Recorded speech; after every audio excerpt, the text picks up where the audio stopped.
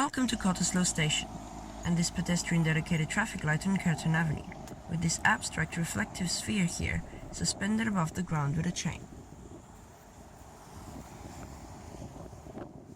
Let's walk to the station now, which is located 12.4 kilometers from Perth, in Fare Zone 2, serving the suburbs of Cottesloe and Peppermint Grove.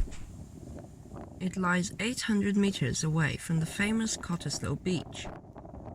Originally, the station opened in 1884 as Bullen Siding, named after Robert Napoleon Bullen, who was the owner of the Albion Hotel, a large hotel located in the area. It acted as a request stop, where passengers had to flag down the train for it to stop, using a physical red flag provided during the daytime or a candle at night. In the June of 1892, 8 years after opening, the station was renamed to Cottesloe and wasn't a request stop anymore. This station also used to act as a regular stop for freight trains all the way up until the electrification of the line in 1991, when services shifted platforms to the west.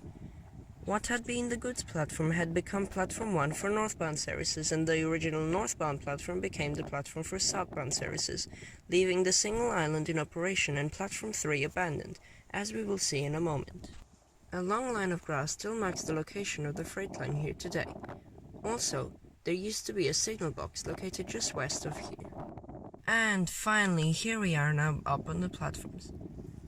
Over here is the island of Platforms 1 and 2 for regular services today. And right here is the abandoned platform. During the Fremantle Line major impact for the construction of the turnback at Claremont Station, this station is going to act as a terminus for trains and a transfer point for passengers, as it is in an island configuration unlike nearby stations like Mosman Park and Grand Street. More on that in a future video. Facilities here are quite limited, as this is just another simple hut station with a help point, seating, tiny shelter, defibrillator, litter bins, the bike queue rails, and open station smart radar processors, all on the platforms. There is also a car park with a bike shelter and this unused bus stop. Over here is a PSP, which is going to be upgraded. Access to the station is at both the northern and southern side. Over here on the northern side, there is a simple pedestrian maze with a ramp down to the middle. There is a car park on both sides of this station. Over here is a small one raised above the road with a brick wall on the side. And some stairs over here. Vomit on the stairs. Yes, so there is a small pedestrian path here on the left, which isn't really a path, but is just paint on the road marked with little people to show it's for pedestrians. Here is the car park, and over there on the left you can see the little Cottesloe town centre with shops and a bus stop. Yeah, a car park for the shops. But that's pretty much it for this station, which is quite weird because Cottesloe is quite a rich area, a wealthy area, but this station is one of the most simple, just another simple station in the Fremantle Line. And with the wealthy area comes the famous beach, which lots of people want to go to. So this station isn't very good for what it is serving, and I would give it a rating of 2 stars. With the only good thing being the footbridge and quite a lot of parking compared to some other stations. So yes, this is the footbridge right here.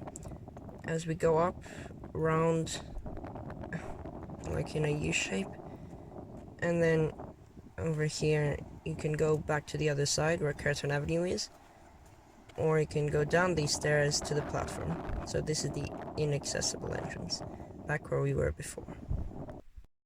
Over there is the car park that I just walked on, and I have now come down to Railway Street, which is quite annoying as you have to go right to the end of the car park to come down, or jump down the brick wall and hurt yourself on the road.